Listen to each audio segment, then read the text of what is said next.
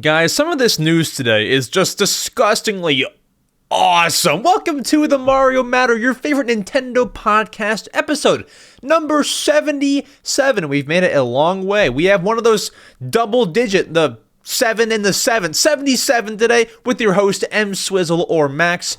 EmSwizzle is the YouTube name.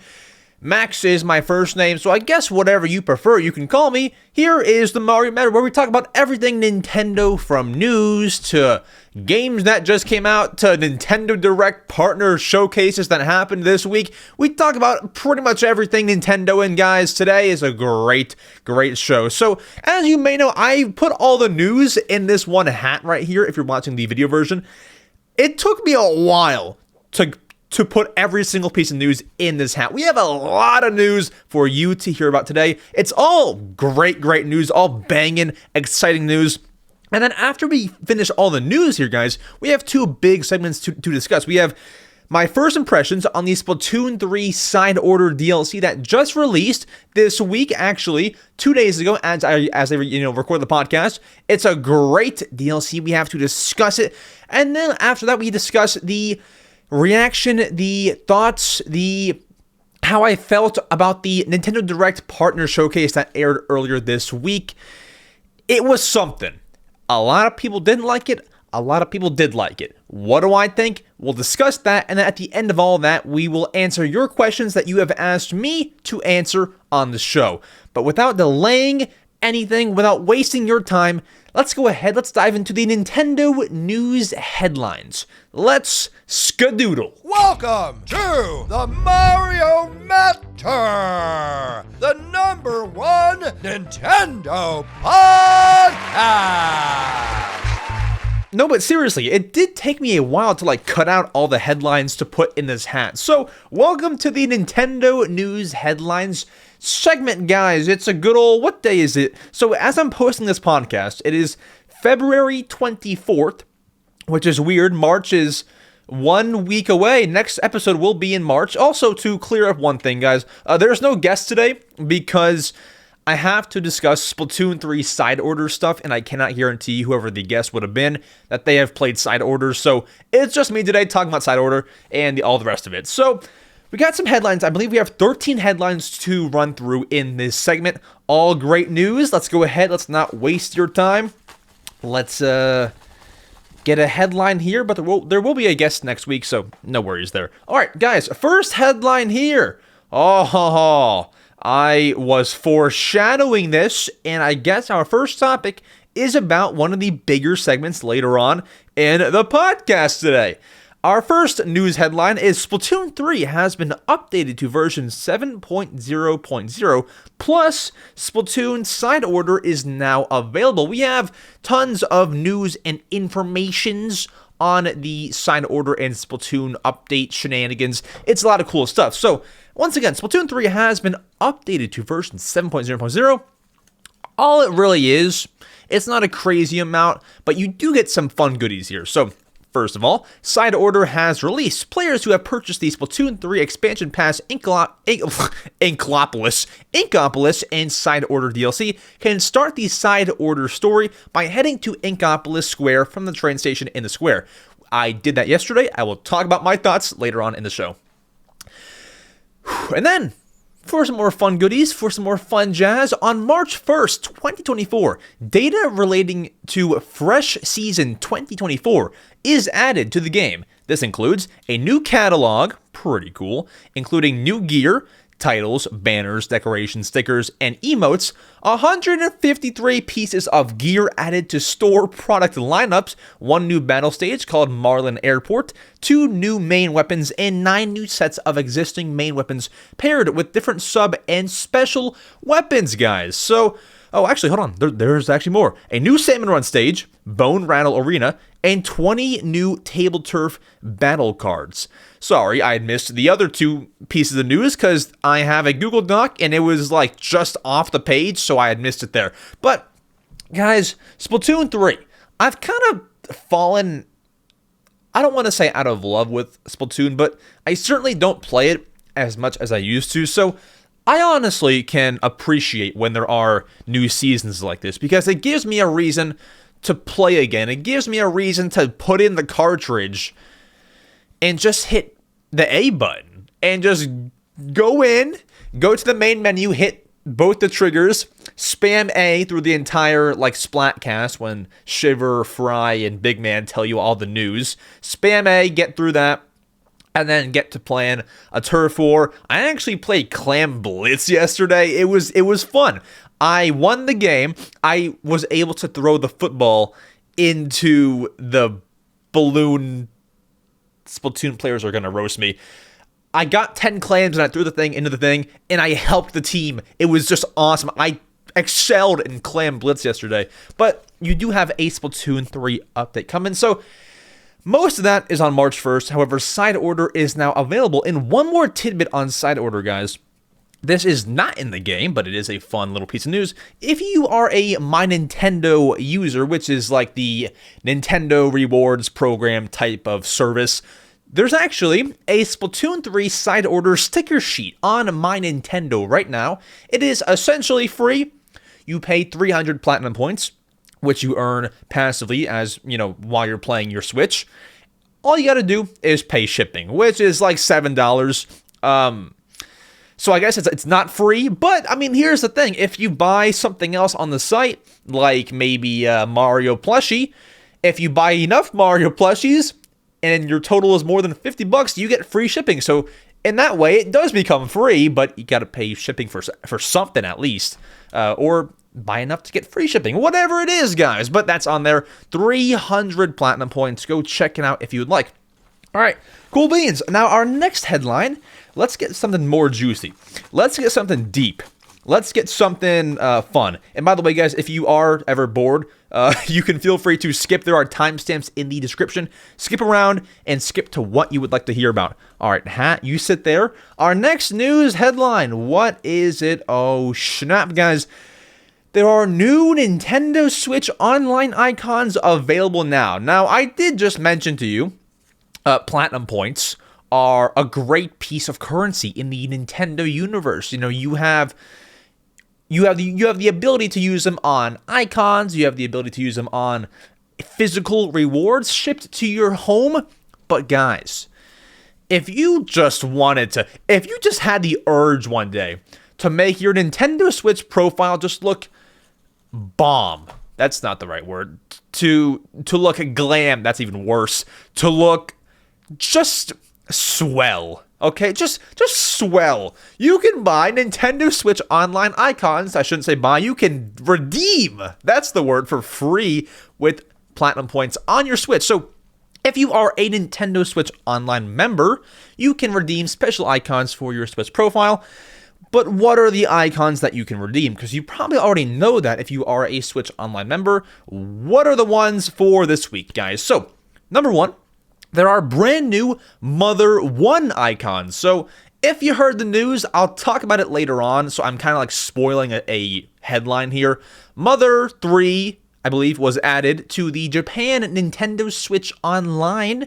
And so in spirit of that, since the Americans and the Europeans didn't get it, they're giving us Switch Online icons to I guess, make up for it. So those are out now. There are Mother 1 icons this week. Next week, there are Mother 2 icons. And the week after that, you have Mother 3 icons. And then in addition to that, we have some Splatoon 3 Side Order icons available now.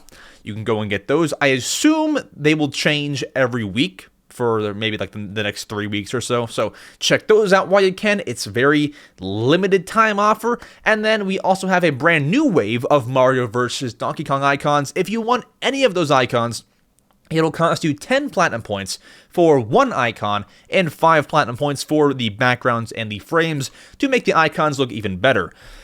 Now, platinum points are not they're not very hard to earn. You can earn them easily on the MyNintendo website, or if you're on your Switch, I believe there's a spot to redeem the icons. You have to go to a tab in the Switch Online app called Missions and Rewards, and then somewhere in there it'll say, hey, if you do this, you can earn platinum points. It's just very exciting.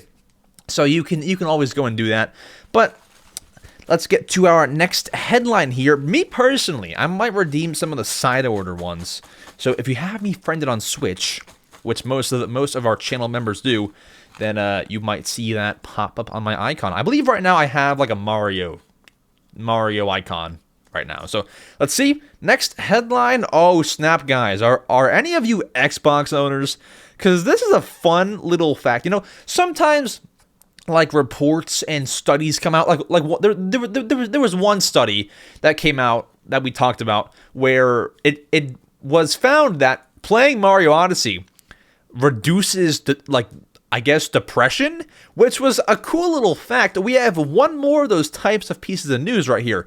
Guys, a report claims that 18% of Nintendo Switch owners are actually also Xbox owners. Okay, guys, raise your hand, comment down below if you're listening on a platform that lets you comment. Comment down below if you own a Switch and an Xbox. Specifically, it says an Xbox Series console, so a Series X or S. 18%. So if we have, guys, pull up a calculator. Okay, here, calculator. If we have 140 million Switch owners, that's million, right? 140,000, one more zero. I think that's right. So 70. Okay, cool. So if we have 140 million Switch owners, around that number, and we divide that by, how do you do the math? Oh, here. Google, what is 18% of 140 million? Let's see what it tells us. Okay, so that cannot be right. I think it's telling me, oh no, that's right. So it appears 25,200,000 people own an Xbox Series console and also own a Switch. Now that's interesting, because how many Xbox Series X or Series consoles have been sold? Well, this can't be right, because it says they've only sold 21 million of the units worldwide. So if I'm doing my math right, something ain't adding up. Oh wait, hold on. As of February, they've done 27 million. So either the report is wrong, or almost everyone who has an Xbox owns a Switch, which actually checks out. Because everyone that I know that has an Xbox Series console has a Switch. Now, I'm sure not everyone out there does, but like all the people I know have actually both consoles. So the report can add up. However, I believe something, either the amount of Xboxes sold or the amount of Switch owners that have an Xbox, some number is wrong here, or I did some math wrong. I have no idea. I just use a freaking calculator for it. So I don't know what happened, but interesting stat there. But sorry, that's from Circana, and they're pretty accurate with like their data and stuff. So I would trust them for sure. So I'm not sure if that's a staggering number or what that is, but let's go ahead. Let's read our next headline here. And guys, we have a juicy rumor. This is potentially, arguably, I don't want to say, one of our bigger topics of today. And can I say one thing before I read this? 2 weeks ago, I went super heavy, like making the entire show about, guys, this is rumored, rumor this, rumor that. And I was like, guys, these people have great track records. Seriously, this might be happening. And so I want to say that got disproven, and I'm sorry about that.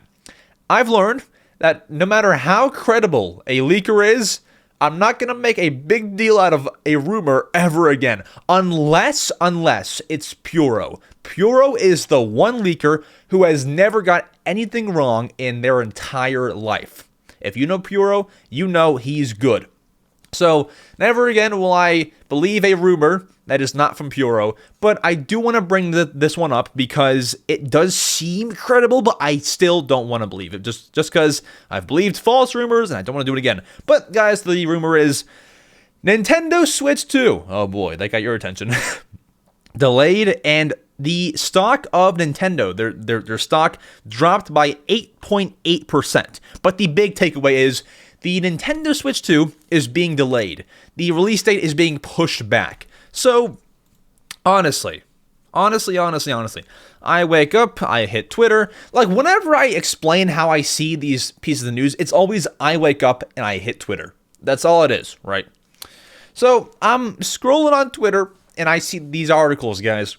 Nintendo Switch 2 delayed to early 2025.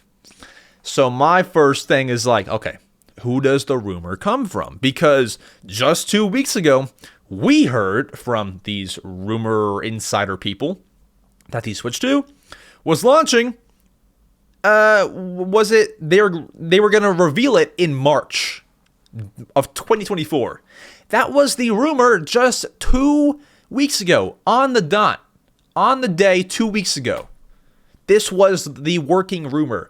Now it's being delayed. Now the rumor here comes from Pedro Henrique. I'm going to mess this up. Luti Lippi. I have no idea. But, I mean, all respect, I just can't, pronounce names and stuff. So he reported that five sources told him the Switch 2 is delayed to March 2025 at the very earliest. At the earliest, March of 2025. And then this was backed up by a bunch of other insiders. So a lot of people are saying it's delayed to 2025. I mean, it does kind of suck, but here's the good thing. Something is for sure gonna go down in 2024. Whether it's, at the smallest, a reveal of the console. Because if they're at the earliest launching it in March of next year, we should probably know about it by maybe like September 2024. I would think that sounds about right. So hopefully we'll know about that later this year. But also they report that here is the upcoming schedule for Nintendo. Okay, they have revealed things are happening in the next few months, and here's what they've said. So, next month, in March of 2024, we're going to have an Indie World Showcase presentation. Now, if I'm not wrong, I actually might be... No. I'm not wrong here, am I? That would be the first Indie World this year, so that would make some sense. Indie World presentation in March, which is essentially, for those who haven't seen it, like... An indie studio is just a small game-making studio, if that makes any sense. And they show off their games coming to the Nintendo Switch. And then, the month after that, in April of 2024, they say we will get a Nintendo Direct. Now, they don't know if it's a big, general, normal Direct, or if it's another partner showcase or a mini direct. They don't know, but they claim that we're getting something in April. And then the Nintendo Switch 2, according to them, will be revealed in June of 2024. So take the rumor how you will. Take it with a grain of salt, as the cool kids say. I choose, personally, not to buy in to this rumor, just because a lot of it's very, very bold. I mean, it's pretty bold to put your name out there and say that what you're hearing is March is an Indie World, April is a Direct, in June is when they reveal the next console. That's a pretty bold rumor and a pretty exact rumor. So I choose not to believe it, but in case it does come true, I want to bring the news to you and keep an eye out. Maybe, now... that makes me more excited for March. I want to see if what they said is right. So, makes me excited. I'll give them that. But also, as I said at the end of reading the headline, Nintendo's stock dropped by 8.8%. That is according to Bloomberg. So, it doesn't affect me, but interesting stat there. Shareholders are upset. Now, guys, that is the rumor. We have one more rumor in this podcast. The other one seems a bit more believable, but we'll get there when we get there. Let's go ahead. Let's grab this headline right here. Let's see. And bam, guys, I already spoiled this headline for you a few minutes ago. But Mother 3 has been added to Nintendo Switch Online in Japan. So, seriously, if you want the Mother 3 game on your Switch and you're not in Japan, there is a way to change your Switch's region and play it on your American or, UK version Switch. I don't know how to do it because I've never done it. Never will do it probably just because I don't feel like it. It's just too much work. Like, if I want to play Mother 3, there's alternative methods, I feel. So if you want it, by all means. But for me, I don't think I'll be doing it. So I don't know the method, but I can link something down below in the description. If you go in the description, you'll see a link that says sources and links. Click that, and I'll leave a link somewhere in there that says, hey, here's how to change your region and play Mother 3. But it is possible to do so, so I would recommend. Also, one thing that you can look at, even if you're not going to change your entire Switch region, what you can participate in is they've released Mother 3 merchandise to go along with the Switch Online Mother 3 game. So, they have now put on sale plushies, keychains, books, pins, a plate, and so much more Mother 3 merchandise. If you are interested, I will link down below the link to check it all out. If you're not in Japan, you will probably need a third-party service. Like, I think there's a service called Bai. Don't quote me on that. I believe if you buy something from Japan, they ship it to Bai, and then Bai ships it to you. I think that's how that works. So it's possible to retrieve those packages, but just takes a bit of third-party work. So up to you, but if you're really a big Mother 3 fan, you might want to take part in that. All right, let's get our next headline here. Let's grab this one. This one looks rather fun. Let's see. Oh, ho, ho, guys. Another day, another pointless Nintendo Switch update. The Nintendo Switch has been updated to version 17.0.1. It is a rebootless update. So, guys, Nintendo Switch updates, they used to be more fun. They used to be things like, hey, with this update, we added support for Bluetooth audio. Like, you can pair your AirPods with your Switch. That's a cool little update, right? And this update, barely anything changed, all right? So it's such a minor update that, I mean, number one, you don't even have to reboot your Switch. Do you know, like, when you update your phone, it has to go on that, like, black Apple screen and then, like, restart?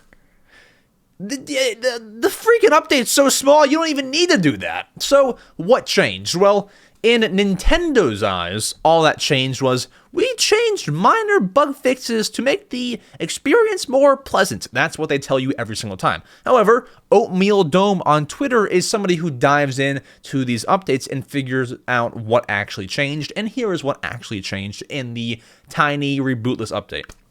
Number one, when typing on the Switch, combinations of the word hate, such as H8, which says hate, have been banned. You can no longer use those words. I would assume like online chatting or wherever you can communicate, you cannot use the word hate, it appears.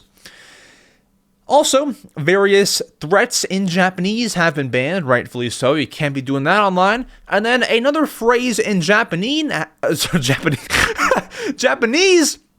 has been banned, which means stop being friends. So the phrase stop being friends in Japan has been banned. You cannot tell somebody, hey, stop being friends. It's banned. So, bit of a weird one there. I don't know why that last one's banned. Like, whatever you have to tell someone, hey, let's stop being friends. You can't say that. You cannot say that anymore. So, they have their reasons, whatever it is, but your Switch, as long as it's in sleep mode and it has a internet connection, you've probably already got the update. So, no reversing it there. Let's go ahead, let's shake up the hat. Let's grab this headline here. I don't even guys, it's scary for me, because I don't know what headline I'm grabbing each time. It could be a bad headline, but this one is certainly not a bad headline at all. Guys, Nintendo New York is celebrating Pokemon Day, which happens next week, next Tuesday. And the events they're holding to celebrate have been revealed. Guys, there's a lot of cool stuff. If you're at all in the New York City area, bro, stop by Nintendo NY. It's a great experience, especially when something is going on there. So, they're holding a cool ton of events to celebrate Pokemon Day. And here is what you can participate in if you're at all in the New York area at the Nintendo New York store. Now, number one, you can receive a Pokemon TCG promo card when you purchase any Pokemon TCG product of $15 or more. That whole promo begins today, as of me recording, February 23rd, while supplies last, so you better get there quick. Also, the Pokemon Presents that airs on February 27th at 9 a.m. Eastern Time is available to watch at the New York store. So if you're there, you can gather around a small area, and you and a bunch of other strangers can watch the Pokemon Presents while you're there. Also, Sprigatito, Fuecoco, Quaxley, and Pikachu will have character appearances, so it's just people in a mascot all at the store, on February 26th and February 27th from 5 p.m. to 7 p.m. Eastern Time. There's a fan voting board that also begins on Pokemon Day, February 27th. And you can bring your Pokemon TCG cards for an opportunity to challenge an ambassador to a Pokemon card battle on February 27th from 2 p.m. to 4 p.m. And finally, there are going to be giveaways held. We have no information on what's being given away, but starting on Pokemon Day, February 27th, they will host some giveaways. We'll have to wait for some more info on that. But if you're at all in the area, that's some awesome sauce news. All right, guys, we got some more headlines. Let's shake up the hat. Let's grab this one, because this one just seems like fun. Bit of a smaller one. Let's see what it says. Oh, guys, don't you just love supporting Nintendo, guys? Because of your support, because of me buying Nintendo games, because of you buying that Mother 3 plush from earlier, Nintendo is now the richest company in Japan. You know, sometimes I feel really good when I go to GameStop and I buy one of Nintendo's smaller games. For example, they just released another Code Recollection last month, and I bought it. The game didn't sell very well, but I was like, you know what? I will support, right? But now I feel like they should be supporting us more than they do, because they now have, let's see if they're here. They now have $11 billion as a company, cash. Well, I will say, how much did Elon Musk buy Twitter for? How much did Elon Musk buy Twitter for? $44 billion. Elon, dish out 11, buy Nintendo, and just make the company put out 5 times as many games, please. And make like a Nintendo Kart. Put Mario Kart on Tesla. That would be awesome. But fun fact there, guys. What do you think? Did you know Nintendo was the richest company in Japan? If you didn't, now you know. Our next headline reads, oh snap, guys. After I read this, you better get on your horses and hurry up, because this is very, very timely, okay? Guys, tons of amiibo have been restocked in North America. So, if you follow some Twitter users like maybe Wario64 or Nintendeal or Amiibo Alerts, these are people that tweet out when there are cool Nintendo or gaming products online that you'll want to buy because they're very, very cool. So, I believe it was Saturday afternoon, I got a tweet notification saying tons of amiibo have been restocked in North America. Now, sometimes they're pretty bad. Sometimes you don't really care. Sometimes the amiibo aren't your favorite. However, guys, we are seeing restocks here that we've not seen in years. So, the amiibo restocked here include the Villager Smash amiibo. I bought that one. Fox from Smash. These are all Smash.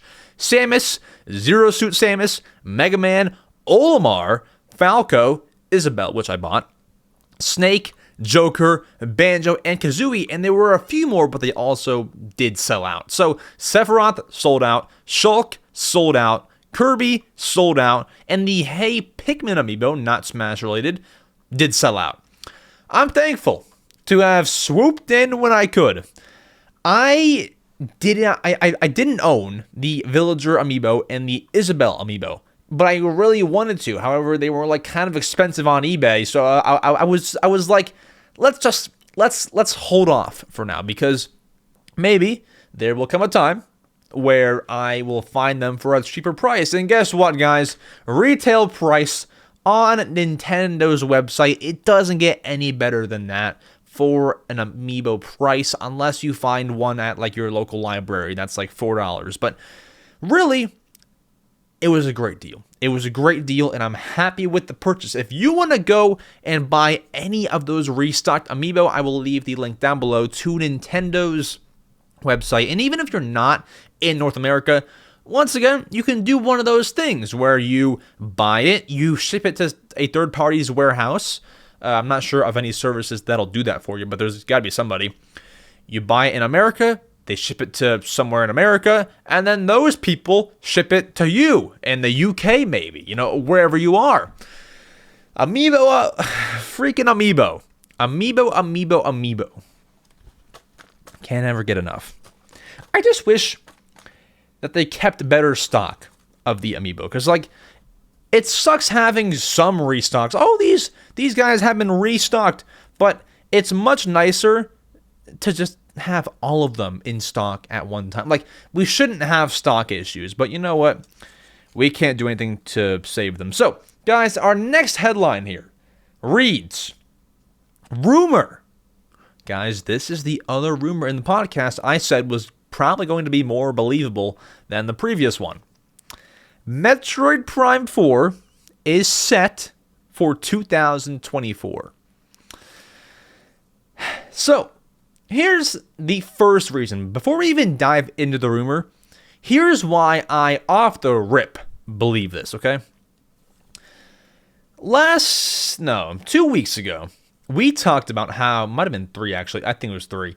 We talked about how there was already a rumor on Metroid Prime 4. Somebody on YouTube named, I believe, Super Metal Dave 64 made a video on why I believe they think Metroid Prime 4 is coming on the Switch in 2024. And so what they had said was that there was somebody who had their LinkedIn profile, which I described as business Instagram. It's like an Instagram connection space for business. Someone on their LinkedIn profile had said that Metroid Prime 4 was a game they were currently testing. So if a game tester is testing Metroid Prime 4, you gotta think it's somewhere near done. Obviously, it's not when you're testing a game, it's not complete. I mean, maybe close, but they've made some significant progress. Let's just say that. And so, because of that, and because of a few more reasons, it was kind of said, it was rumored that the Metroid Prime 4 game would come to Nintendo Switch this year or very, very soon. Now, what is this rumor now saying 3 weeks later? Well, this rumor comes via Jeff Grubb. And honestly, I think I can believe this one. Jeff Grubb is great. He's reliable. I do kind of feel bad because I know, I believe there was one time when he said something and I think a bunch of articles just ran with it and I think he didn't like it. I think that's right. So I feel bad using his name, but here's what the articles are saying that Jeff Grubb said. So Jeff Grubb, a source told him, he's an insider, a source told him that the Epic Mickey game from the partner direct from this last week was being announced. He was told about this Epic Mickey game before it happened. The same guy who told him that also said, hey, and by the way, Metroid Prime 4 comes out this year. So you have a guy, we don't know who the source is. We know that Jeff Grubb was told this, but we don't know who the guy is. The guy's what? He's 1 for 1 on his claim. His claim was that Epic Mickey Rebrushed is being announced. That happened. Now we got to see if his second claim, Metroid Prime 4, releasing this year, is accurate. But it's a bit more of a believable rumor there. It makes some sense, and that's a rumor that I believe, just because there's so much evidence pointing to that game coming out this year. But here's our next headline, guys. Oh, Pokemon Presents announced, plus a rumor for the Pokemon Presents, guys. So, I did say we had 2 rumors. There is one other smaller one that we can discuss. And truthfully, I did start the show by saying, you know what, guys? I'm never believing any more rumors. However, this one seems pretty dang true, and I'll tell you why in a second. So, first things first. Pokemon Presents. The easiest way I can explain it to you is like if Pokemon had their own Nintendo Direct. It's a Pokemon showcase where they show off all cool Pokemon news and maybe some new games in development, any of that kind of cool stuff. It's their presentation. So that is happening on February 27th at 9 a.m. Eastern Time. Guys, come on. 9 a.m.? Come on, guys. I don't want to wake up that early. Now, I know. It's not, I'm not the most important person. I'm sure they're targeting to a different audience, which it's going to happen at a time that works better for them. But maybe it's 12 p.m. That's 5 p.m. UK, 12 p.m. Eastern Time, 9 a.m. Pacific Time. Kind of works well for everyone. I guess not Japan, but otherwise, it's a pretty decent time to hold a presentation. That would be cool. But anyways, that's happening. I will be live streaming it. So if you want to tune into my live stream for it, head over, not on this channel. I post these podcasts on YouTube under a different channel, under the Mario Matter podcast channel. If you want to watch my reaction, head over to my main channel called EmSwizzle. That is EmSwizzle. We have a growing community over there. I will be live with the presents on Tuesday, February 27th at 8:30 in the morning, I think. I think 8:30 is the solid time because you get half an hour before, you get to hang out, you get to chill with chat. It's a nice little start time. So 8:30 in the morning, be there or be square. Now, what is the rumor? What possible rumor could happen with the presents? It's Pokemon Presents. It's a presentation that I feel often doesn't have things rumored for it. So what's the rumor? Well, if you go right now, guys, and let's do it together. Go to youtube.com, search in, is it the Pokemon Company? Search up the Pokemon Company. You will then see their YouTube channel. Click on their second newest YouTube short, and then click the description. In the description, oh, they've taken it out, I think. Actually, hold on. I believe if I go to, you know what, guys, you have to do some real intense coding. So, and then once you're there, if you're on a web browser, change the URL to watch $V equals, and then you'll be able to watch it in browser form. Yes. And then in the description, and I'll put a picture on screen, you can see that the YouTube short says that a game featured in the short is Pokemon Gold and Silver. So, what the heck, Max, does that even mean? You were all over the place looking at a YouTube short. So, on YouTube, let's say if you go to watch a video on Punch-Out. I made a Punch-Out video almost a year ago now, right? If you go on that video, YouTube has already auto-selected the featured game in my description to be Punch-Out. So just because the YouTube AI hears me keep saying punch out this, punch out that, it makes the featured game Punch-Out. So that's all YouTube's doing. Well, in a YouTube short on the Pokemon channel, it says Pokemon Gold and Silver. Now, the short itself does not at all mention Pokemon Gold and Silver. What I believe might have happened is maybe Pokemon uploaded their presentation onto YouTube, right? It's private right now because they're going to air it on Pokemon Day. What might have happened because this sometimes happens to me, is when you upload a YouTube video, you can actually reuse information from a previously uploaded video. So if I post this podcast and the next week I post my next podcast, I can like copy and paste the whole description and title from this podcast to the new one, kind of as like a starting point. Like I don't have to re-copy and paste all my links into the new podcast episode, if that makes sense, right? I believe what might have happened is they transferred over all their information from the previous video, which was the presents, talking about Pokemon Gold and Silver, and put it into that short by accident.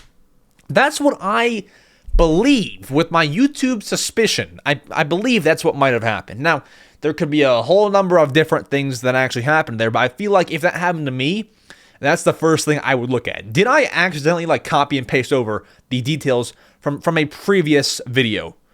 Is that how that happened? Because there was one time, guys, on my second channel, I make videos whenever a new Nintendo game comes out. So previously, I've done a launch day video on Mario vs. Donkey Kong, where what I do there is I get the game from GameStop, I open it on camera, and I talk about my excitement for the game.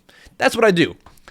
And there was one time when I did that style of video for Detective Pikachu Returns. For maybe like 3 months after that, my like featured game in the description was still Detective Pikachu Returns, because I kept reusing the same description from my previous videos. I believe Pokemon might have done that with the presents to their short.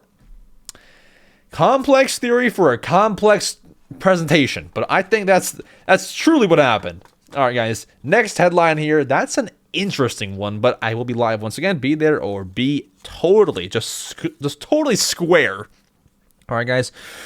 Next, Walmart. Walmart fans stand up because Princess Peach Showtime now has a pre-order bonus from Walmart. So if you pre-order Princess Peach Showtime at Walmart, you will now get a 2-pack of hair scrunchies with Princess Peach designs on them. Now, listen. I get the appeal, and that's great. If you like that, awesome. My only thing is, that does not hold a candle to the Best Buy pre-order bonus. Best Buy is offering you an acrylic stand, a stand to display on a shelf, on a table, wherever in your video background for a podcast. Like, for example, for those watching my video version, I have a Super Mario Bros. Wonder pre-order bonus, purchase bonus, actually, of a shadow box of the Mario Wonder cover art. That's cool. Do I want that or 2 scrunchies?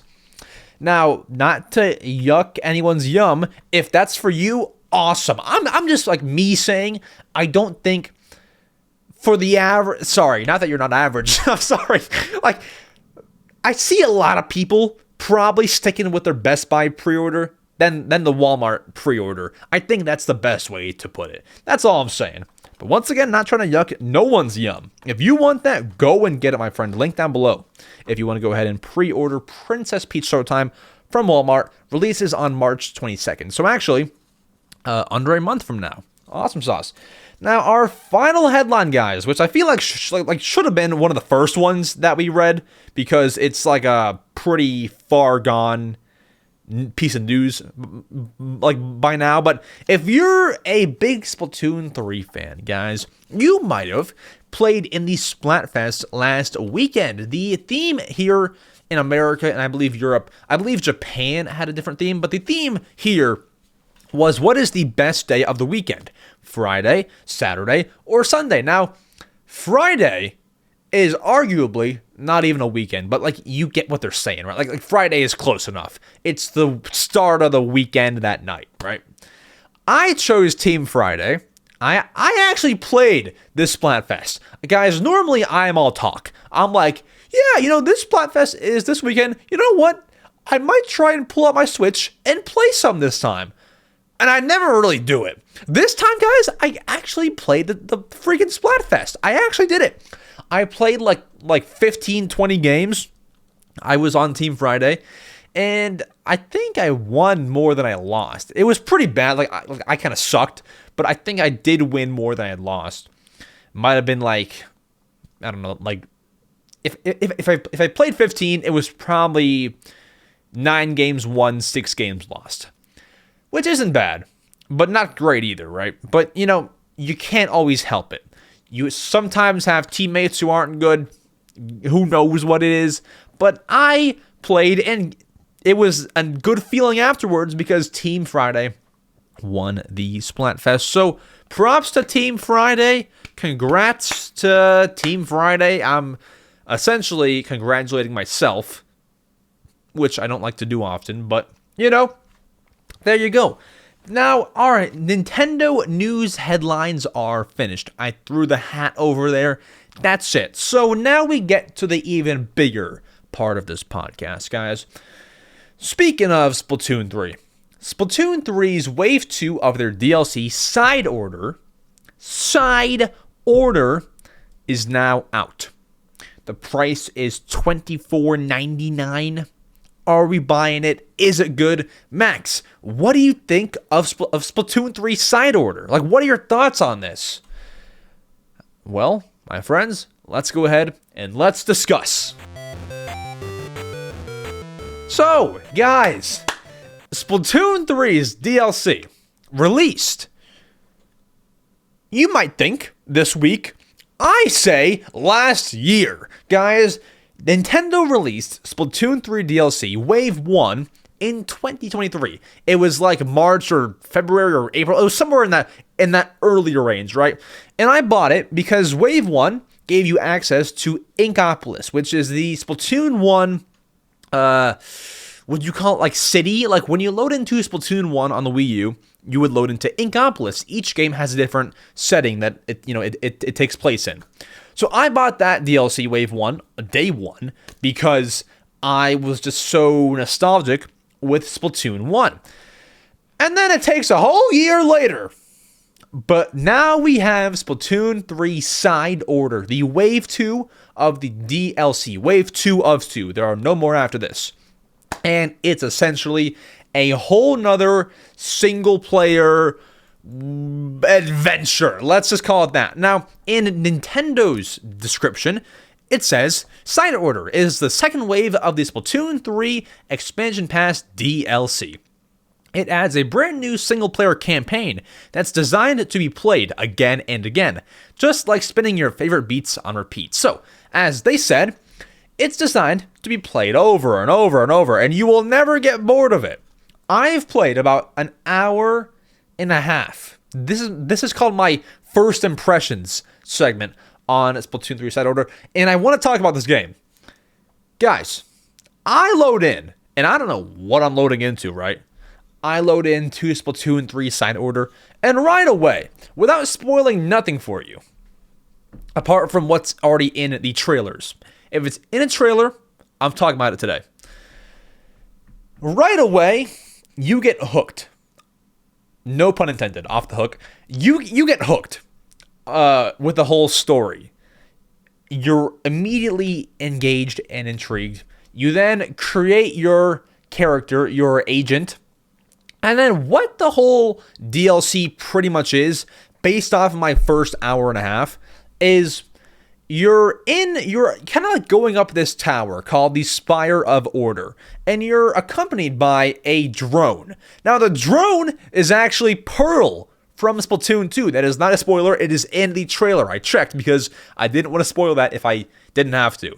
So the drone is Pearl, and she's like kind of your guiding assistant with you, and you're just going up this tower. That's all I've ever done so far. You're going up a tower, and each level of the tower, so like if I'm on level 1, like the floor number 1, I do a level. And what you do in the levels is it gives you a brand new objective every single time. So let's say I'm on floor number 1. To go up to floor number 2, you have to kill all these enemies. Done. Now you're on floor 2. Floor 2, you have to defend the splat zone for 50 seconds. All right, cool, done. You go up, it gets harder. Floor number 3, is you have to transport these balls into the holes, all right? And then you keep on going up, and it keeps on giving you different objectives. Now, that's all I've gotten to so far. I've done a bit more than that, but if I said more, you might have some of the story spoiled for you, and I, of course, do not want to do that for you. So, I don't want to do that, but it's just like there's always something to look forward to, because when you're doing any kind of story, but like no knock like against any kind of Mario game, like this is no like Mario is great, right?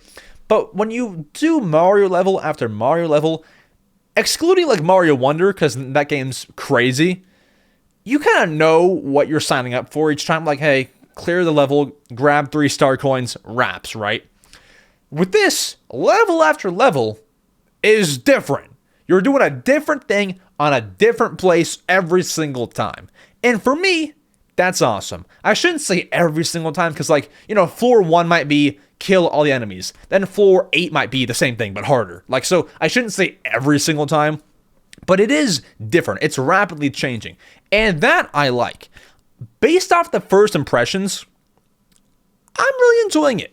Now, although only being 1 hour and a half into this DLC, I was actually chatting with Charlie from C.com, the other YouTuber that we had on the podcast last week. I was chatting with him about Side Order a little bit, not too much, because I didn't want to, like, you know, spoil or anything, or sorry, like get things spoiled for me, because he's already beaten it, I think. He said, Side Order, while it starts off easy, it gets a lot harder. So if you're in for a challenge, my friend, prepare. Because while I've not gotten to this challenge yet, but I'm ready for it. So there is a challenge in the game. It's just a real fresh style of Splatoon. Like, for example, when you hit enemies, you see these numbers pop up, and it tells you, like, how much damage that you're doing. It's like a whole new style. Like, that doesn't happen in a Turf Wars or nothing, you know? So that's also awesome. And just after about 40 minutes, you begin to unlock more and more in the game. Like, you start off pretty limited, and then as you keep progressing, you keep unlocking more things to do and equip and all this kind of cool stuff. That's kind of my first impressions without spoiling anything. Okay? So, the question always is, whenever I do these first impression segments, is, hey Max, should I buy Splatoon 3 Side Order DLC? And I gotta be honest, guys. I've never, ever, dating back to, I think, Detective Pikachu Returns, I've never even said no to buy a game. Like, I've never said no. I always say, yes, buy this game. And looking back, I probably should have said do not buy Detective Pikachu Returns, because that game, I loved it, but I know a lot of people didn't. So based on that, I should have said no. But I liked that game, just like, because, I don't know, I'm a fan of that series. Even though the game wasn't phenomenal, I had fun, right? So that's why I said yes. But can you even trust me is kind of like what I'm getting at. Because I say yes every single time. However, I can't really find any negative comments on Side Order. Can we check? Are there ratings for it? Side Order DLC ratings, because maybe this will give you more of a answer than I might. There aren't really ratings like that are easy to find. People will do like some reviews on it, but it's hard to find like a bunch of people. So, for example, Nintendo Life rated it an 8 out of 10. If that means much to you. For me, it's hard to find a bad review, a bad, like, this game sucks about Side Order. Does Metacritic have any reviews, guys? What do you think? Yes or no? Side Order, if they do, oh yeah, here we go. But it's TBD. So the only person here that has a rating on Metacritic is Nintendo Life with an 8 out of 10. There might be some more ratings on some YouTube videos if you want. Research the game a bit more. But currently, the only rating on Metacritic is Nintendo Life, 8 out of 10. So, for me personally, I would give it, based off 1 hour and a half, guys. 1 hour and a half, haven't even gotten to the best part yet. Just off the first impression, I would give it 8.5. We're going to one-up Nintendo life. 8.5 out of 10. Because there's just so much new. There's so many lanes that you can take when you're making a Splatoon game or DLC with a story. There's so many twists and turns that you can take with that. And it's really engaging so far. And I'm not even at the best part yet. And I feel this way. So for the low price, I say low, like, compared to the price of actual games and other DLCs. For the price of $24.99, do I think that not only is Side Order worth it, but the Inkopolis Plaza Wave 1 of this Wave 2 DLC, I would say the DLC, all in all, is worth it. Side Order alone is probably worth the $25, but if you at all feel somewhat, connected to the Inkopolis Plaza, which is Wave 1 of the DLC that came out last year, if you like that, that's a bonus, man, because Side Order itself could be worth $25. I would say it's worth it, but what does my word even mean? Because I say yes, everything is worth it. I don't know, but that's how I genuinely feel. Side Order is a buy. Do it now or else. I'm just kidding. But that's my thoughts on Side Order so far. I hope that you can maybe at the end of this segment come to a conclusion whether you're buying it or not. If not, that's cool. Research the game some more. Go on the eShop. Look at how the trailers look at how it's described, its description. Read it all, see if it sounds engaging, and then make up your mind. But that is my first impressions on Splatoon 3 Side Order. Now, guys, our next segment is talking about the biggest news from the past week. The Nintendo Direct Partner Showcase. This aired this Wednesday, and there's a lot of opinions on it. There's a lot of opinions. There's a lot of talk. There's a lot of new game releases. A lot of new announcements that we have to discuss. So without further ado, let's go ahead and let's do that thing. Let's discuss. It is 6:30 in the morning on Wednesday morning on the East Coast in the EmSwizzle home, okay? I wake up because I'm streaming at 8:30 and I cannot go on there with a groggy voice. I wake up, and here's the thing, guys. The story even begins before that, because I was not going to live stream this partner showcase. I just wasn't excited for it until I saw some rumors come out. So then I was like, I'm streaming it. So I get out of bed, I take a shower, I eat breakfast, and I come to my room to stream. Now, I chat with chat for half an hour, and then we watch the partner showcase. And man, oh man, I did not think I was going to like the partner showcase this much. Guys, I feel really bad because I'm always so jolly about everything. This is great. Great partner showcase. I guess that's not true because I didn't like the last September Direct all that much. So I guess I can be negative. So when I'm like upbeat and happy with something, I'm happy with it. This partner showcase, while a lot of people thought it was quote unquote mid, as the kids say, it was mid, I really liked it, and I found a lot of highlights for myself. So I'm going to run through every game that was shown off in the Direct, and I will stop at some points because I want to discuss why I liked certain announcements and what I am excited for. So first announcement, Grounded. Then we had Ender Magnolia, Bloom in the Mist, A Ranger, a role puzzling adventure, Unicorn Overlord, Monster Hunter Stories, and then we had a phenomenal announcement here, guys. Disney Epic Mickey rebrushed, a remake of the original Epic Mickey game. That game, while not considered a favorite of mine. Sorry, I mean, not that it was bad, but like I don't remember it being like, man, I love Epic Mickey. I've loved the franchise, but that game just wasn't like one that like got engraved in my head. I love Epic Mickey though, I guess. I mean, like looking back on it, I know that I liked that game, but as a kid playing it, I was like, yeah, that's a pretty fun game. So, based on my history with Epic Mickey, I was very excited to see it shown in the Direct. Not just shown in the Direct, it's getting a full-on remake called Epic Mickey Rebrushed for the Switch, and it releases sometime this year. Guys, I don't know about you, but that's a day one buy. If you played either Epic Mickey 1, Epic Mickey Power of 2, or Epic Mickey Power of Illusion on the 3DS, I think, then you have got to be excited for this. Epic Mickey on the Switch.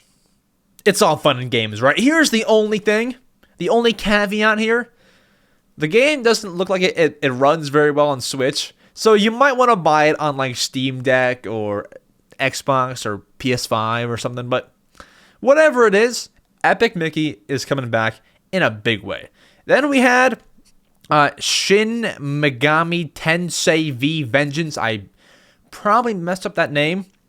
Star Wars Battlefront Classic Collection, that's cool. South Park Snow Day, Sword Art Online Fractured Daydream, Gundam Breaker 4, and then a pretty cool announcement. This was actually rumored by Puro the day before.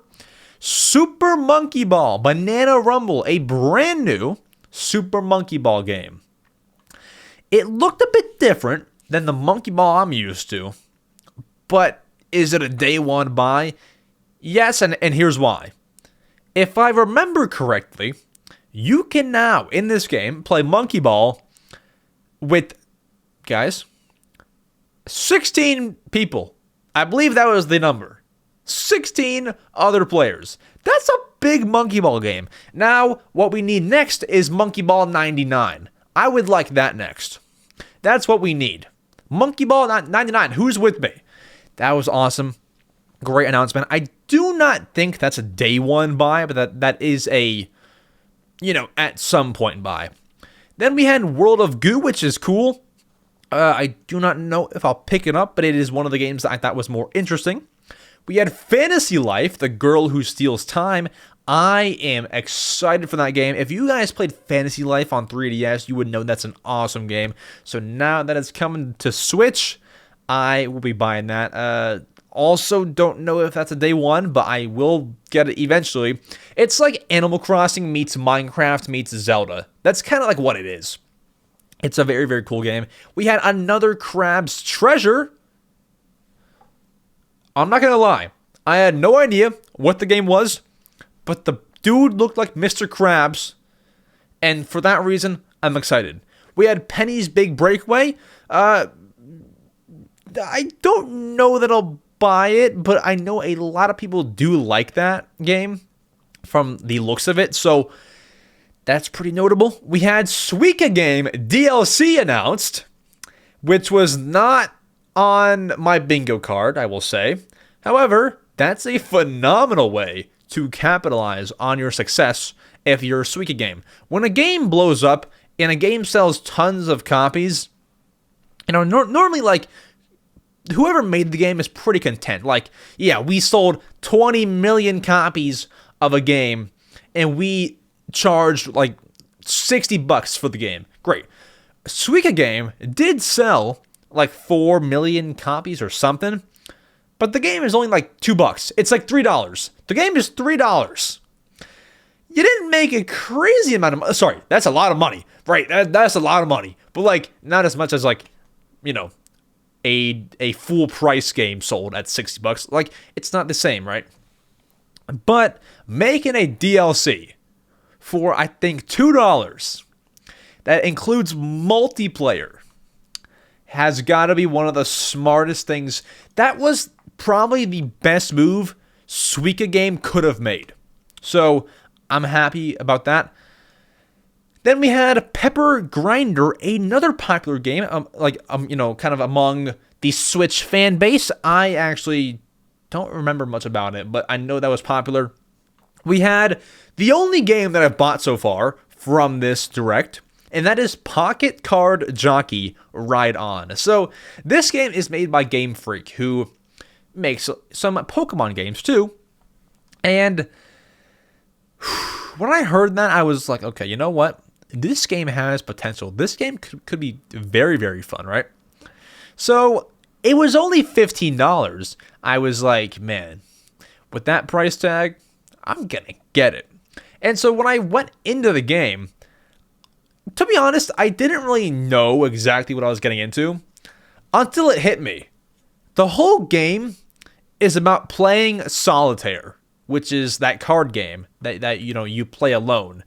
And as soon as I put it together, like, okay, Pocket Card Jockey, Solitaire, I was like, whoa, this game is made for me. I love Solitaire. I have Solitaire on my Switch before this game even came out.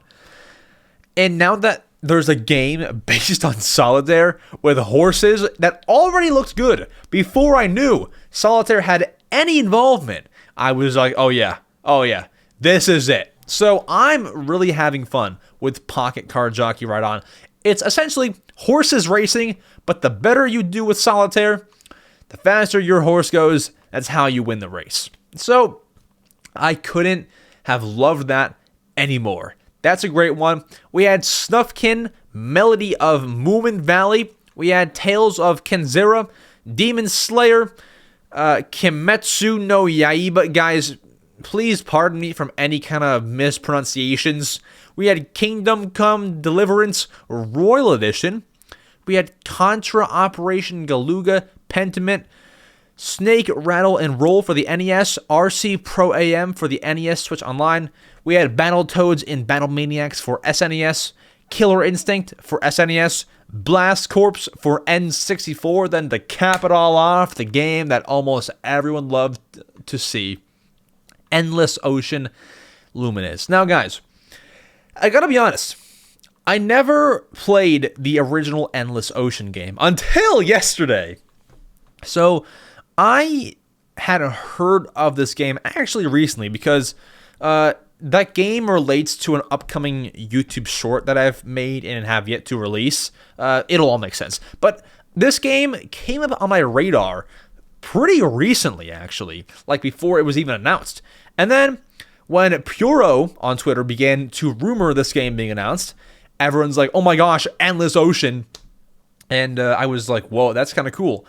And what I saw when I was looking at everyone's reaction to the potential Endless Ocean, not Endless Ocean, Endless Ocean sequel or new game, I was like, man, this game has a pretty dedicated fan base, right?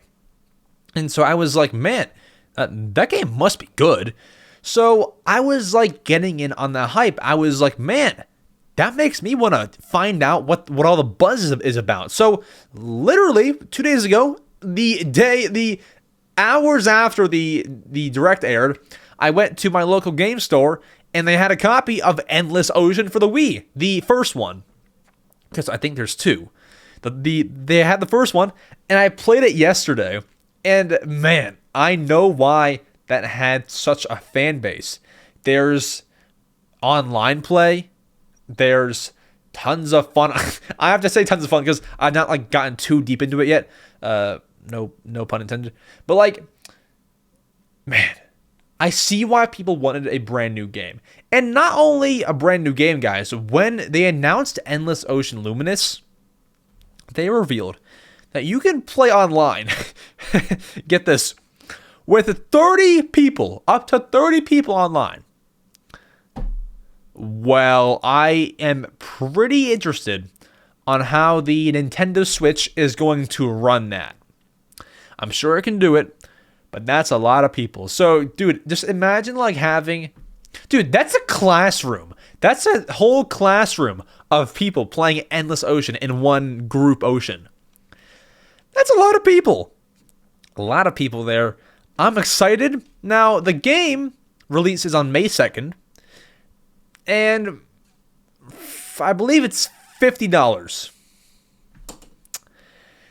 Bit of a steep price, I would say. I would expect it to be like in the 40, at the 40 range. Like, for reference, something like Metroid Prime 4, which, sorry, Metroid Prime Remastered. Metroid Prime Remastered was 40. That's right? Yeah, 40. And not that I can, compare these two games.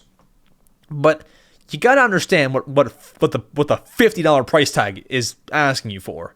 That's like almost a 60, and a 60 is like a Mario Bros. Wonder.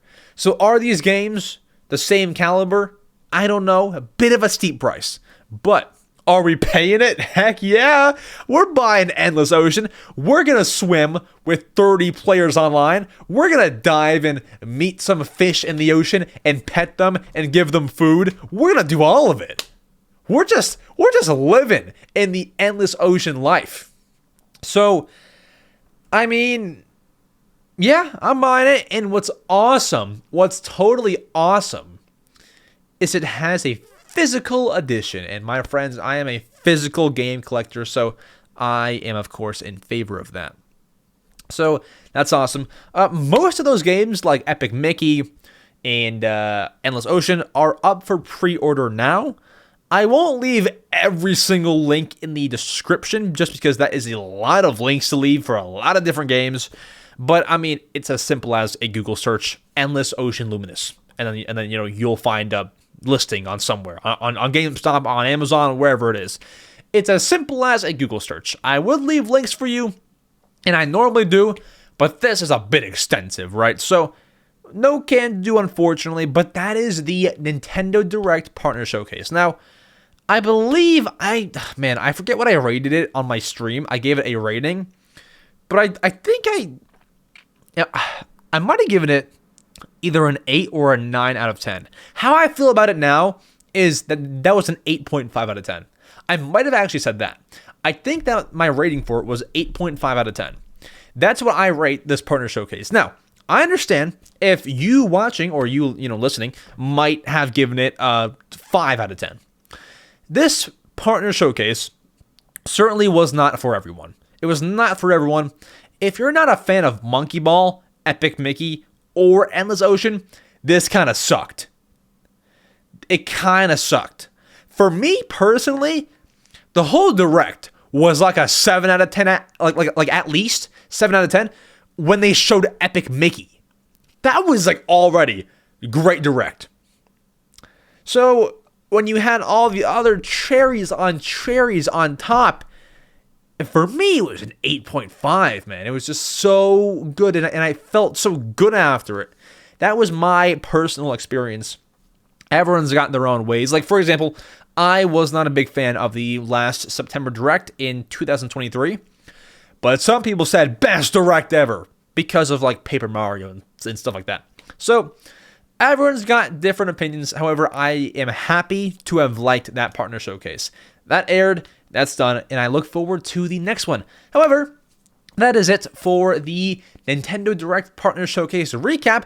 Let's go ahead. Let's dive into your favorite segment, the People's segment on the podcast, where I answer your questions through voicemail and written questions. Let's skedoodle. Alrighty, guys. Welcome to the Answering Your Questions segment. It is I, answering your questions, if you couldn't tell by the headline title. So, if you want to know how to submit questions to be answered on the podcast, there are, I believe now there are 2 ways. The first way is to ask me a voice submitted question. There is a link in the description where you can leave a voicemail saying like, hey, it's me calling from, or, setting this from, what's a good place? Like Los Angeles, California. Could have used a better example there. But like, I'm calling from Los Angeles and I wanted to know what your favorite Mario game is. I'm a huge fan of the podcast, and you were talking about this and that sparked this question. I'm all over the place, but you can ramble on there. You can talk to me through your voice, or the other way is through written questions. So every single Wednesday, I post on my YouTube community tab, which I'll link in the description. I post, hey, hope you're doing well. I'm taking questions for the Mario Matter episode number 70, whatever the heck. And then what you do is you comment down below your questions. Now, here's a little special treat. If you are a channel member, which is essentially like a Patreon, if you pay as low as $1.99 monthly, you will get your question guaranteed to be answered. Now, if you send a hateful question, we might not answer it. But if it's normal, we'll answer it guaranteed. Here's the only problem, guys. The channel, and I'm so grateful, the channel is growing to a point where all the written questions are member questions. I don't know how to get around that. Like, do I only answer member stuff? Do I move member questions to like the member-only podcast? I don't know what to do. I'm going to figure it out. But we have some voicemails, and then we have written questions. Let's go ahead and let me pull up our voicemails here. I actually forgot to pull them up here. So we go to speakpipe.com is the website. And then our first voicemail comes from Cobleb, a channel member. Let's go ahead and let's hear it. Hello, my name is Cobleb, and I was wondering if you recommend the Binbach Joy-Cons still, because I know you made a short about them a while ago, and I was wondering if there's any other third-party Joy-Cons you'd recommend, because my Joy-Cons have been sent in repair so many times in the last couple months, so I was wondering if you think I should get the Binbach Joy-Cons, or what you recommend for some third-party Joy-Con pairs. Thank you. Brother, I totally feel you. My Joy-Cons, when I didn't have, so I have these like Splatoon 3 special Joy-Cons. No flex there. I'm just like saying. I don't want to send those in for repair.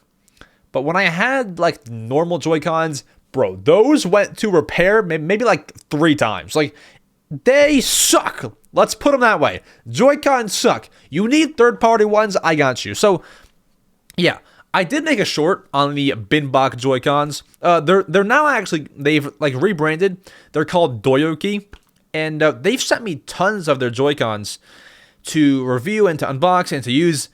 I honestly, without saying for sure, I've not used like every Joy-Con on the market. I still have them right here. They're right here. Here are the Doyoki Binbach Joy-Cons. Yeah, I still recommend these. They're much bigger, so they're more comfortable. Dude, just having them in the hands feels so good. The reason why they're not on the Switch is because I don't ever play handheld, and those Splatoon ones just look nicer. But if I am playing handheld, whatever I do, I always use the Binbox. Not sponsored, guys. Well, I was sponsored at one point. This is my genuine recommendation. They're just great. They have back buttons. They have smooth buttons. I love the Binbox. I like them a lot. This sounds very sponsored. Guys, I have to say, if something is sponsored, this is not. I genuinely like them. And that is that. I'm careful to not promote things that I don't personally use. Everything that I promote, I use. For example, I have promoted some 8BitDo controllers. Here's one right here. Arms reach, and here's one back here. Arms reach. I use these things all the time. Binbach is one of those two. So I like them. I would recommend doyoki.com. Oh, actually, you know what? I might make this sponsored. Use code EmSwizzle for I think 10% off at checkout. Yeah, I'm making this sponsored. There you go, right there. Code EmSwizzle gets you 10%. They also make very cool GameCube Joy-Cons. Yeah, guys, this is a sponsor. They make GameCube Joy-Cons. Check them out, guys. They're just awesome sauce. All right, cool stuff. Now, our next voicemail comes from Jan. Let's hear your voicemail. Here it is. Hey Max, Jan from Austria here. Hello. So I have recently borrowed Super Mario 3D All-Stars from my local library. And that was the first time I've ever played Mario 64. You know, people say it's like the best Mario game and it's awesome. But I was honestly really disappointed with it. Like, it's a good game, but it's not as good as I expected. So I want to know what Mario game, or what game in general, are you the most disappointed in? Thank you.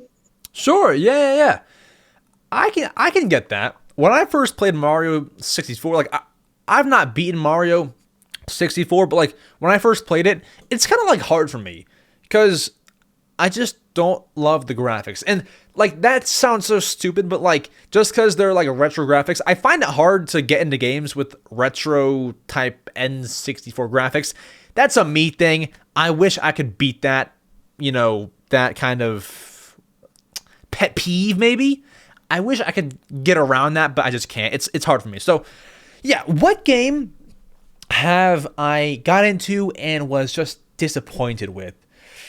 It's hard because honestly, like, Nintendo has been dropping a lot of bangers recently, like Mario Wonder, Mario RPG. These are some good games. So, it's hard to know one in like recent times.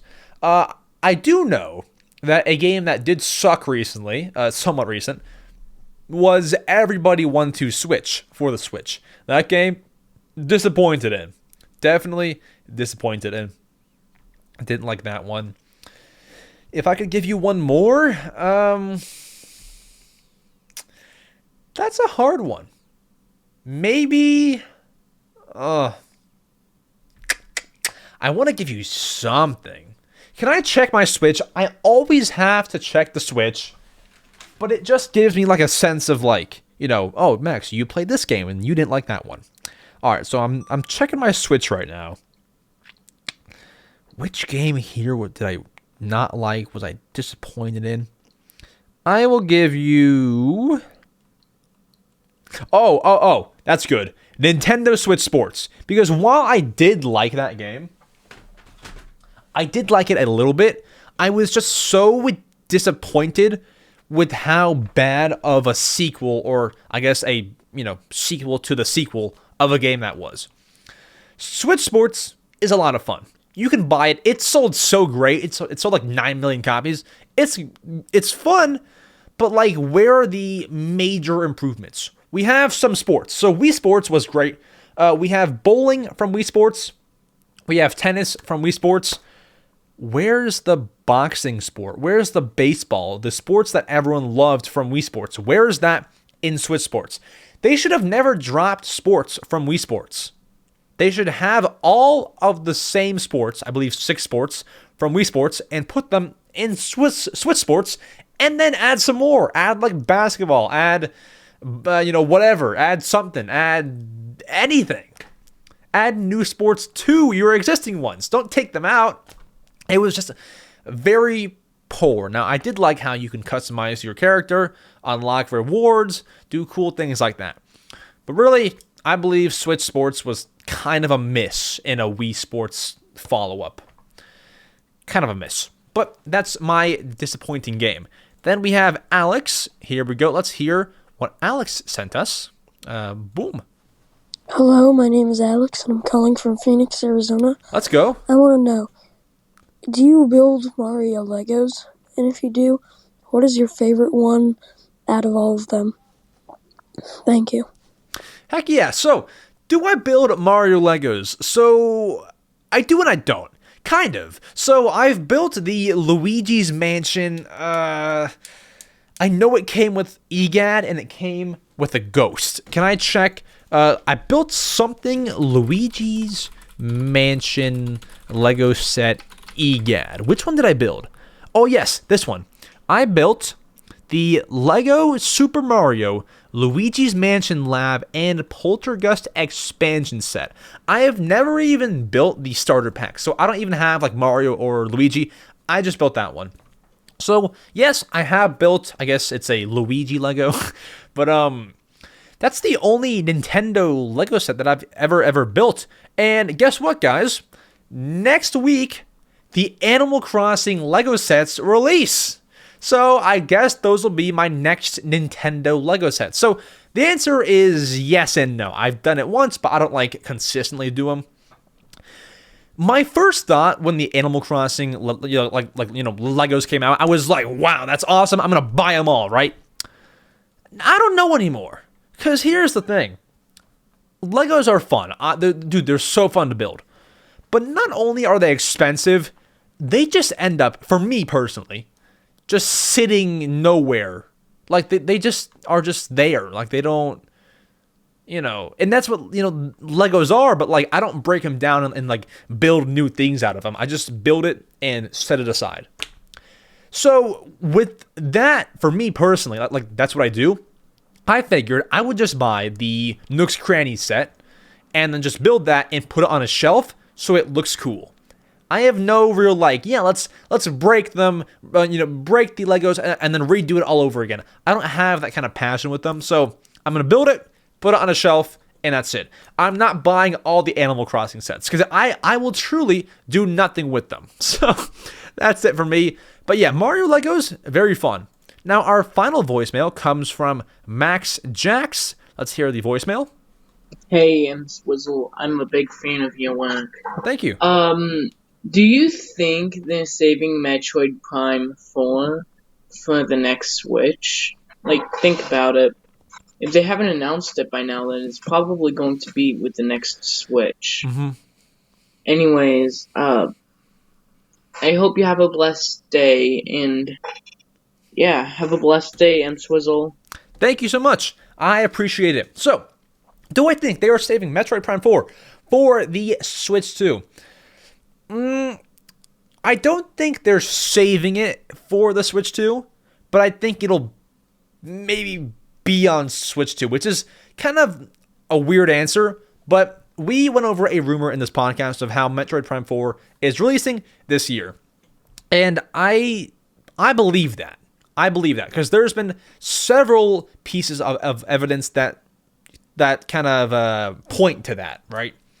So if that's true, and it did release this year, and the Switch 2 releases early next year, I wouldn't doubt that maybe we could see Metroid Prime 4 appear on both consoles, like a dual release. The thing that would make the most sense is if they release Metroid Prime 4 after the Switch 2. That way you can do a true dual release on both consoles on the same day. But what I feel like may or may not happen is they release, so I think for sure they release Metroid Prime 4 October, November, somewhere in that range. And then I think what might happen is they make like a more powerful version for the Switch 2 maybe. I think they could do that. Although the timelines just kind of align weird. Like, you want to put out the game this year, and it made sense at first. If the Switch 2 was releasing this year, I would say yes, they're probably saving it. But now that it's delayed to potentially next year, I feel like, man, you gotta put out Metroid Prime 4 this year, and then maybe when the Switch 2 is out, maybe then you put out a stronger, better, performing version of it. But yeah, I would say no. I would say they're not saving it. It'll release this year, Switch 2 next year probably. Alrighty, then we have some written questions here to answer from Leo Flipnotes. Leo Flipnotes is our first one. Do you think the next Nintendo console will be a Switch 2 or an all-new thing? I think it will mostly be a new thing because of one of the reasons people didn't buy the Wii U was about the name. Also, I'm just happy I got a membership in the direct live stream randomly. Hey, awesome, Leo.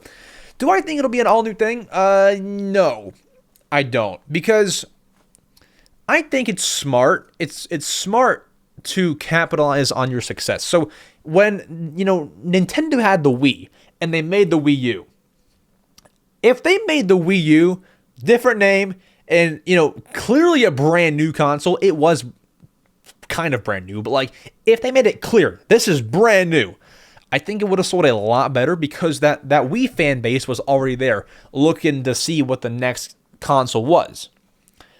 I think that you can make an iteration of a console and have it sell better. But this Switch 2 needs to be like dual screen. Like, if the Switch 2 has two screens, you will know it's a brand new thing.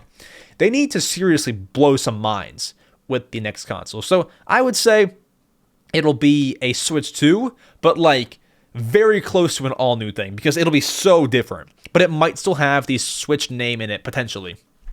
Then Camden asks, do you think Bowser will ever come to Mortal Kombat? Probably not. I feel like that's not a crossover that, Nintendo would want or choose. But would that be awesome? Oh my gosh. Is there a mod for that? I would download that. I would download it in a heartbeat. Bowser, Mortal Kombat, bring it. Then Let's Go Gaming 28224 asks, EmSwizzle, do you think the Switch 2 will be powerful enough to play GTA 6? Well, let's see. If the Switch 2 is going to have the power of an Xbox One or a PS4, which is rumored, and the PS5 and Xbox and PC can play GTA 6, I think you might be lucky to get it on the Switch and just have it run at have it run bad. They can maybe, I don't know. Do they even want GTA 6 on the Switch 2? I know that they have that GTA collection, but still, do you want that? If I had to bet, I would say no. I would say no. GTA 6 won't be on Switch 2, if I had to bet. Then Doggo7721 asks, what is your favorite Mario Kart game? My favorite Mario Kart game is truthfully Mario Kart 8. My normal answer for this is just it's the biggest, the baddest, the best Mario Kart game they've ever made. You might feel some nostalgia with Mario Kart Wii or Mario Kart 64 or whatever your generation is, but I think we can all agree Mario Kart 8 is just the best Mario Kart game. Now, I can't act like I'm all, just saying it's the best game. I, too, had some great nostalgia with it. I was, I think, 9 when Mario Kart 8 for the Wii U came out. So that was a part of my childhood. So, yeah, I would say it does get some nostalgia brownie points, but it is also just the best Mario Kart game. Specifically, between Mario Kart 8 and Mario Kart 8 Deluxe, it's the same game, but if I had to pick one, I guess I'm picking Deluxe. It's just better, so... And then finally, Zach Hurdy says, hey Max, I have a couple questions on Animal Crossing, as I am a fan of Animal Crossing. Awesome sauce. 1. Why do you think Nintendo has focused less on Animal Crossing in recent years? I think it's like any game. For example, as of right now, Nintendo has no focus on Kirby right now. Because they put out a Kirby game in 2021. They also had last year Kirby's Return to Dreamland Deluxe. It's just when games release, there's a few year gap in between game 1 and game 2. With Animal Crossing, if you look at the history, before Animal Crossing New Leaf, there was no in between. So you had Animal Crossing GameCube, I believe 4 years later, 5 years, because if Animal Crossing GameCube, call it the GameCube version, came out in 2000. 2001? 2001. Somewhere in that range, right? Animal Crossing Wild World, if I have my timeline correct, was 2004, so 3-year gap. City Folk. Oh my timelines are so... My memory's bad. I think Animal Crossing City Folk was 2008? Or 9 or 10? And then New Leaf was 20... Guys, I can't remember anything. I think it was 12 or 13. So, point is, there's just a few year gaps in between Animal Crossing games. Now, we are rapidly approaching the 4-year anniversary for Animal Crossing New Horizons. We should hear something soon about the next Animal Crossing game, but it's just their normal taking a gap. They're working on the next game as we speak right now. As I speak, they're programming some code. I'm kidding. They're probably not, because in Japan, it's 4 a.m. So I would hope they're not working on the game as I speak. But, it's being worked on during this time period.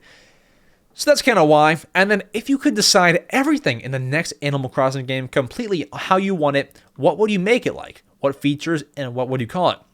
Bit of an extensive question. I can give you some features that I would want. I would want mostly just quality of life stuff. Like bulk crafting. I don't want to sit there and take an hour just to craft 50 pieces of fish bait, when what I should be able to do is hit, I want to make 50 of this item, craft, and then take 5 seconds. Bulk crafting, make things easier on us. Quality of life things like, I have to like really go back to Animal Crossing New Horizons. What were some of the quality of life? Here. When you villager hunt with Nook Mile tickets, don't make us go back to the airport every single ticket. Make us be able to go from Nook Mile Island to another Nook Mile Island.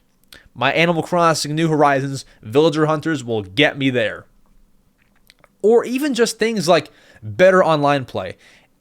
Guys, believe me, I have 2,000 hours into Animal Crossing, and I have done countless streams that are now privated on Animal Crossing New Horizons. The online play is terrible. It's so bad.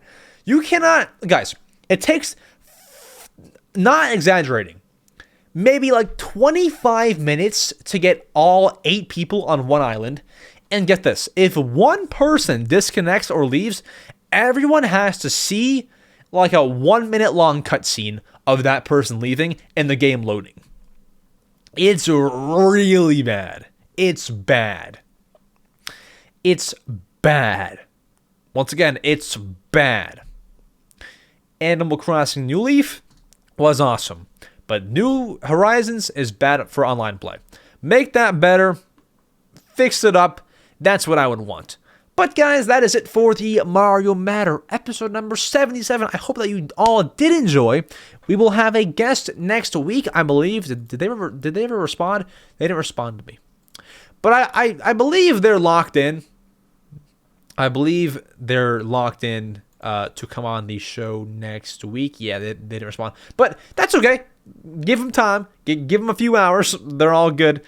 We will be talking with them next week about whatever comes up. If we have big news next week, me and our guest will discuss it, and I will reveal who the guest is next week if they are able to come on the show.